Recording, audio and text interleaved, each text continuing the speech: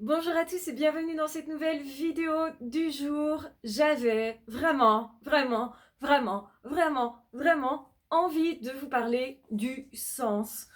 Combien c'est important pour les multipotentiels, pour les hauts potentiels, combien justement on devrait passer du temps à chercher notre sens, à ce qu'il soit profondément ancré en nous, à nous rappeler quel est notre essentiel, pourquoi je fais ça, quels sont mes objectifs de la semaine, du mois, pourquoi je fais ça aujourd'hui, est-ce que c'est prioritaire de faire ceci ou plutôt ça.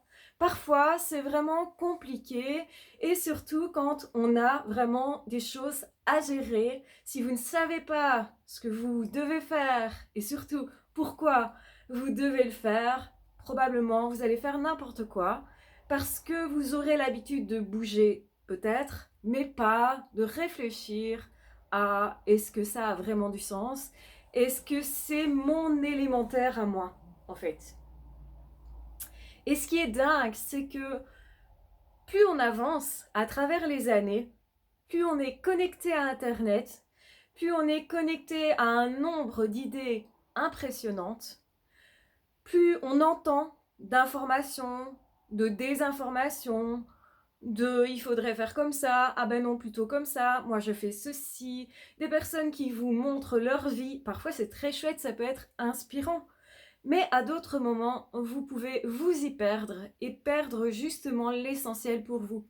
Parce que c'est votre essentiel. Il y a une grosse différence à faire entre ce qui est important pour les autres et ce qui est important pour vous. Entre ce que vous devez faire vous, parce que ça va changer votre vie et autrement dit vous épanouir, et ce que les autres doivent faire ou comment eux ils devraient penser. En fait, on n'est pas les autres et ils ne sont pas nous. Et donc forcément qu'on peut se noyer, surtout actuellement, à travers tellement d'informations, tellement on a l'habitude aussi d'être scotché à nos téléphones, à nos réseaux, à tout ce qu'on veut en fait. Et avant, l'avantage, c'est qu'on pouvait s'ennuyer. Et l'ennui est nécessaire. Regarder le plafond comme ça, même si on ressemble à rien à ce moment-là, c'est nécessaire. Donc je vous encourage à regarder votre plafond plus souvent. En plus, comme ça, vous verrez s'il y a des toiles d'araignée ou non. Hein. Ça peut être utile à certains moments. Donc, soit dit en passant, vous pouvez aussi, et je dirais même, vous devez marcher dans la nature. Vraiment, ça aide à trouver notre sens. Non pas un sens qui est immuable, c'est celui-là et ça ne changera plus, mais je me rapproche de mon sens et je me remémorise constamment ce que je cherche, ce que je souhaite. Je teste aussi, est-ce que c'est toujours ça qui me correspond? Est-ce que c'est toujours bien ça que je voudrais? Est-ce que c'est toujours juste de fréquenter telle personne, tel milieu? Est-ce que j'ai pas envie finalement de tester un truc nouveau? Est-ce que je n'aurais pas plus de fun dans ma vie à faire quelque chose d'autre?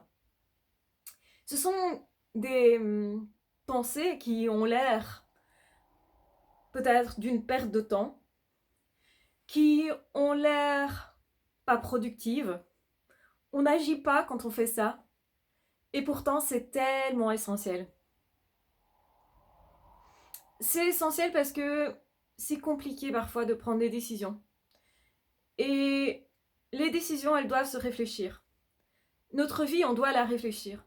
Si on ne la réfléchit pas, on est le jouet de nos émotions, on est le jouet des autres, on est le jouet des événements, on est un jouet.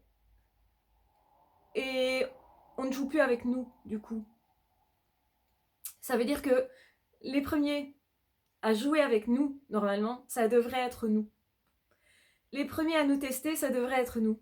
Parce que c'est là qu'on va prendre plaisir, justement, à, à choisir. Et choisir, c'est pas si simple. Ça demande de l'énergie, de la concentration. Ça attise parfois des doutes. Ça, ça demande justement d'avoir l'impression d'être inefficace. ça ne flatte pas l'ego parce qu'on ne sait pas trop où on va. Et faire des choses nouvelles, c'est aussi très dérangeant dans le sens où c'est pas le moment où on se dit je suis trop efficace, qu'est-ce que je suis douée.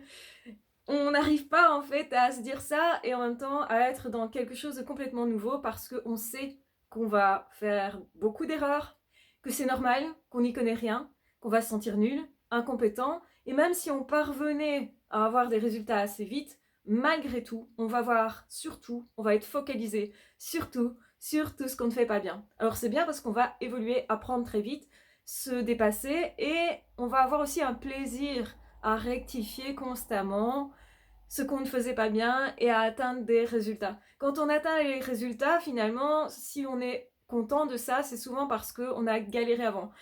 Donc on n'est plus content quand on a galéré. Et oui, parce que justement on s'est dit « Ah, j'y arriverai pas, c'est compliqué ». Et puis finalement, le fait d'y arriver quand même, malgré les galères, nous fait penser que ça prouve quand même qu'on est quelqu'un de bien et ça prouve qu'on est fier de nous parce qu'on n'a pas lâché, parce qu'on a tenu, parce qu'on s'est posé des questions. Et moi, je dirais vraiment, posez-vous des questions. Le monde vous demande toujours de ne pas vous poser de questions.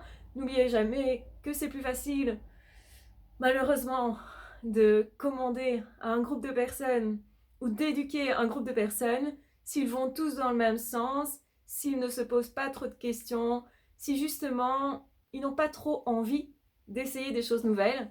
S'ils font tous la même chose, c'est pratique.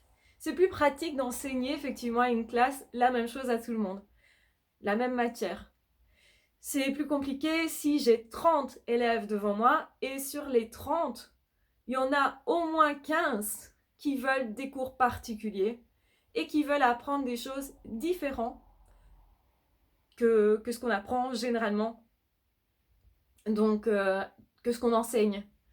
Donc, si en plus, parmi ces élèves-là, ce sont des élèves qui se posent des questions, qui me posent des questions, qui me posent questions du coup aussi, eh bien, ça va être ennuyant parce que je vais devoir chercher après des réponses que je n'ai pas forcément. Et en plus, je vais devoir personnaliser les réponses parce que en fonction de la personne à qui je m'adresse, eh bien la réponse sera pas forcément la même. Surtout si elle est philosophique, surtout si elle traite du question de la vie et du sens de la vie. Et c'est vrai que nous trouvons notre sens parfois à travers des événements qui semblent en manquer, qui semblent ne pas en avoir.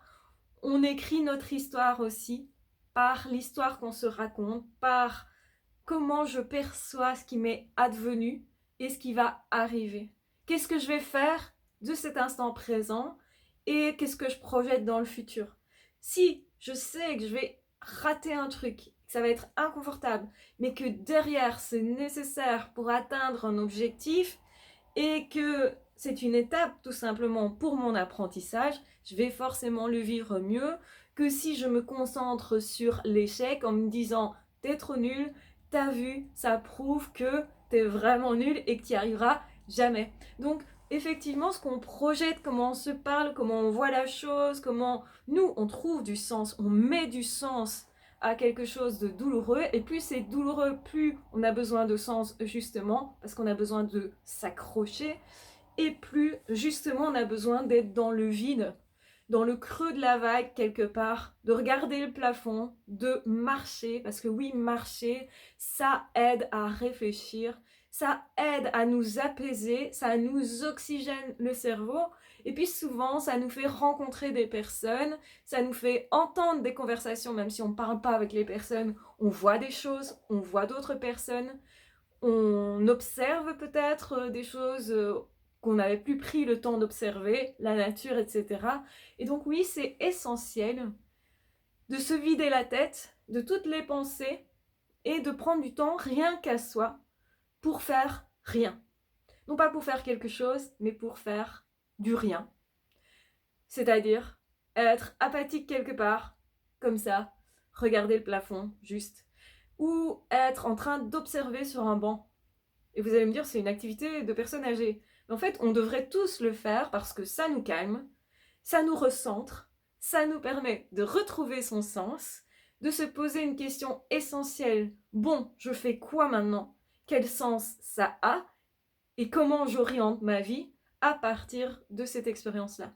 Ça nous permet aussi de tirer des leçons de ce qu'on a vécu, parce que sans ça, sans réflexion, sans temps mort justement, on n'apprendrait pas. On serait tout le temps en mouvement, on n'aurait pas de possibilité de prendre du recul sur les choses et du coup de réévaluer si c'était efficace ou pas. Et s'il n'y avait pas un autre moyen plus efficace. Et je pense que les personnes les plus intelligentes ont besoin de temps de rien, ont besoin de réflexion. Et souvent, celles qui ont besoin de rester dans la norme, ou peut-être qui ont peur de réfléchir, vont justement éviter de se retrouver à rien faire. Ce sont des personnes qui vont bouger beaucoup, ou essayer de s'occuper tout le temps l'esprit avec télévision, avec multimédia, avec tout ce qu'on veut en fait. Mais s'occuper l'esprit surtout pour éviter de laisser émerger ce qui dort au fond de nous. Parce que dans ce qui dort au fond de nous, il y a souvent des peurs, des choses inconfortables, des angoisses, des détresses, de la tristesse et le passé qui peut revenir en frappant à la porte en disant « Hé, ça tombe bien, t'es posé, il y a un truc que t'as pas réglé là, il va revenir à ce moment-là. » Et on n'aime pas ça, on n'aime pas le stress, on n'aime pas l'inconfort, on n'aime pas la peur, on n'aime pas l'anxiété. Peur et anxiété, en fait, c'est la même chose.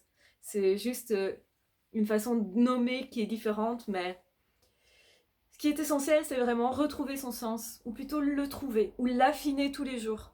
Aller vers son sens parce que, oui, on a le droit de réfléchir au sens de ce qu'on fait.